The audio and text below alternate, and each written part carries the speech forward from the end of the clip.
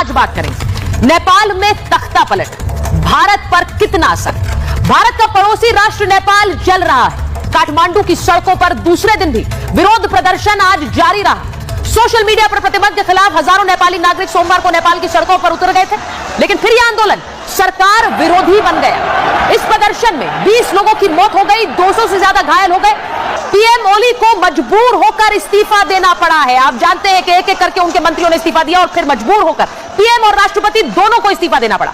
नेपाल सरकार ने पूरे काठमांडू में कर्फ्यू लगा रखा है, लेकिन आज सवाल गंभीर है। ओली की जगह किसको कुर्सी पर बिठाना चाहते हैं आंदोलनकारी?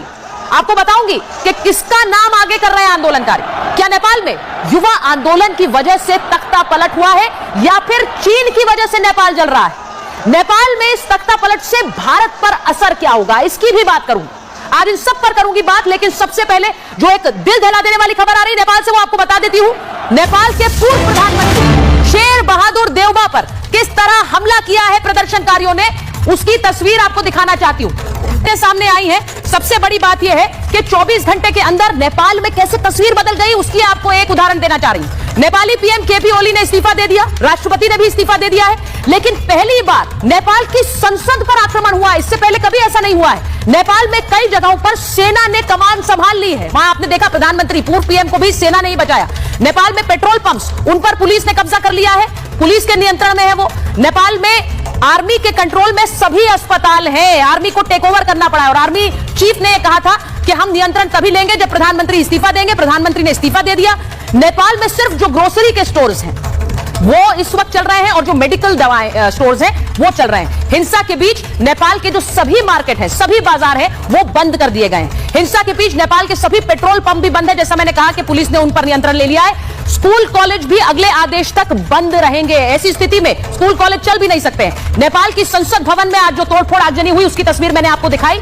राष्ट्रपति और पीएम ओली के घर को भी जला दिया गया और राष्ट्रपति आवास के बाहर गोलीबारी की गई, जिसके बाद सुरक्षा कर्मी ही वहां से भाग गए। पूर्व प्रधानमंत्री और कई मंत्रियों के घर को फूंक दिया गया है। आप अंदाजा नहीं लगा सकते हैं कि वहां पर इस वक्त हालात क्या हैं। अब आपको एक ऐसी तस्वीर दिखाती हूं जिससे आपको हालात का अंदाजा होगा। पुलिसकर्मी भी भाग रहे हैं अपनी पोस्ट छोड़कर। जरा तस्वीर आप देखिए जो मैं आपको अब दिखाऊंगी। ये देखिए, जो पुलिसकर्मियों से बंदूकें छीन ली और उसके बाद उन बंदूकों को लहरा रहे हैं ये प्रदर्शनकारी।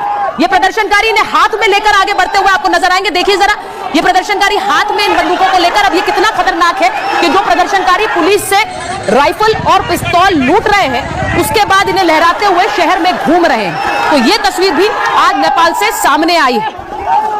जो तस्वीर इस वक्त आप देख रहे हैं, ये बेहद डराने वाली।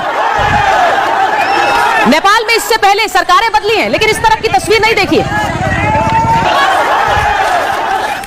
आपको बता रही हूं कि नेपाल में इससे पहले कई बार सरकारें बदली हैं, लेकिन इस तरह की हिंसा नेपाल ने कभी नहीं देखी। 240 साल पुरानी राजशाही 2008 में खत्म हो गई थी और इसके बाद जो संघीय लोकतांत्रिक गणराज्य है वो बना।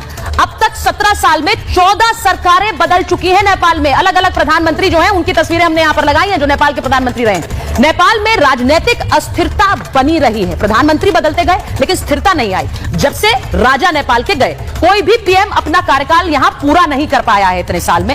राजनीतिक दलों के बीच सत्ता की एक होड़ रही है और शांति बनाए रखने में सियासी दल बुरी तरह से नाकाम रहे। नेपाल में जो अर्थव्यवस्था है उसकी भी हालत बुरी है। नेपाल में चीन का प्रभाव इन सालों में लगातार बढ़ता गया है और इसीलिए आज ये भी पूछ रहे हैं कि क्या जो हिंसा आपने देखी है उसके पीछे क्या अंतर्राष्ट्रीय ताकतों का हाथ है। मैं अपने मेहमानों से पूछूंगी, लेकिन एक तस्वीर आपको और जल्दी से दिखाती हूं कि कैसे सेना का जो एक हेलीकॉप्टर है वो आज दिखे। ये कहा जा रहा है केपी ओली क्या देश छोड़कर भाग गए हैं, क्योंकि ये तस्वीरें सामने आई हेलीकॉप्टर की हवा में मंडराते हुए प्रधानमंत्री आवास के बाहर, और इनमें से कई ऐसे थे जिनमें सिक्योरिटी पर्सनल भी थे, वो बाकायदा उतरकर सुरक्षा दे रहे थे। सेना के हेलीकॉप्टर आज प्रधानमंत्री आवास के ऊपर लगातार घूम रहे थे और